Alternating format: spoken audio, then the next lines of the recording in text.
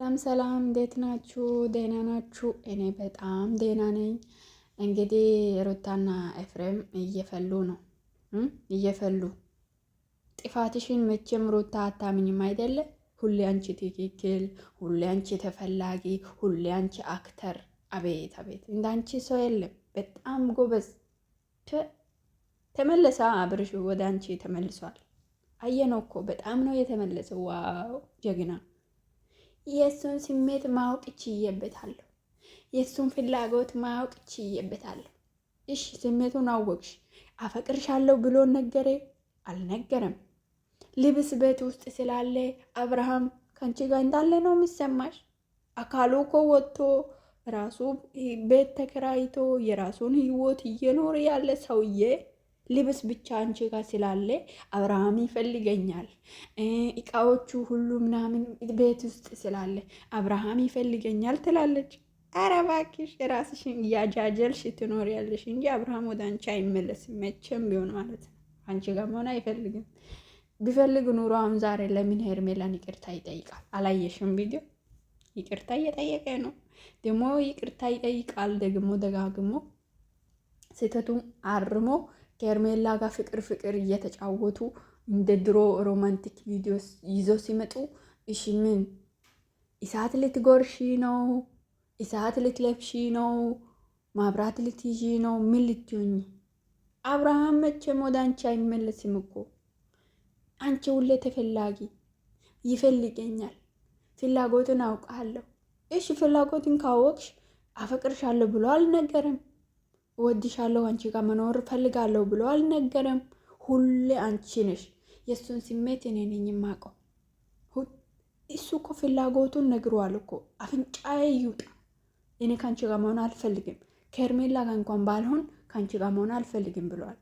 እሺ አንቺ ሁል ጊዜ ጆሮሽ አይሰማም ነው ወይስ ምንድን ነው? ሁሌ ለማኝ፣ ሁሌ ልመና፣ ስትመጪ ልመና፣ ስትሄጂ ልመና። ደግሞ ካልፈታኝ ብለሽ ተፋታሽ። ደግሞ አሁን ድጋሚ ልመና።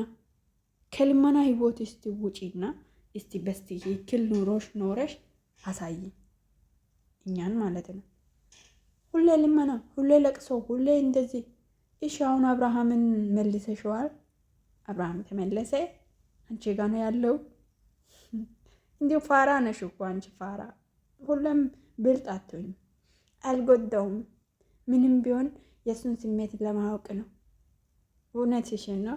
አወቅሽ፣ በጣም አውቀሽ ሞተሻል። ፋራ ነሽ እባክሽ። ብልጥ ብትሆኚ ኑሮ አብርሃም ራሱ ወደ አንቺ ይመልስ ነበረ፣ ግን አይመለስ። እድል አመልጦሻል። በቃ እድለቢስ ስለሆንሽ አብርሃም ከአንቺ አመልጧል።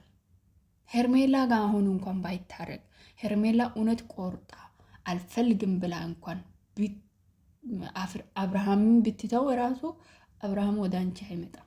ይህን ማወቅ አለብሽ እኮ። ዝም ብሎ መልፋት ትላንትናም ነግሯል። ዝም ብለሽ ከንቱ ድካም እየደከምሽ ነው ያለሽው ብሏል። አንቺ አትሰማምኝ፣ አንቺ አትሰሚም እንጂ ሀይሮታ ሁሌ እንዲሁ ራስሽን እንደምንድን ነው የምታይጊን? ሁሌ ውሸት ውሸት ውሸት። ከውሸት አትወጪም። ውሸታ መቼም ቢሆን አብርሃም ወደ አንቺ አይመጣም። ይህን ማወቅ አለብሽ። እቃ፣ ቦርሳ፣ ሁሉ ነገር እኔ ጋ ነው ያለው። አንድ ቀን ማለት ነው ከሄርሜላ ጋር አሁን እርቅ ከፈጠረ ሄርሜላ ይቅርታውን ከተቀበለች ማለት ነው አብርሃም ቀጥታ ወደ አንቺ ቤት ይመጣና ሻንጣውንም ልብሱንም ያለውን ነገሩን በሙሉ ጠራርጎ ይወስድና ፎቶ የተለጠፈ ያለው ቤት ውስጥ የተሰቀለውን ፎቶንም ሁሉንም አውርዶ ከህይወቴ ከዚህ በኋላ ወጥተሻል ብሎ ቁርጡን ሲነግርሽ የዛን ደግሞ ምን ልትሆኚ እንደሆነ እናያለን። ይህንን ደግሞ አብርሃም ያደርጋል፣ እናያለን። ሁሌ ቦርሳ፣ ሻንጣ፣ ልብስ እኔ ቤት ነው ያለው። እሺ ልብሱን ይወስዳል። አሁን ምን ልትይ እንደሆነ እናያለን። ጉድ እኮ ነው።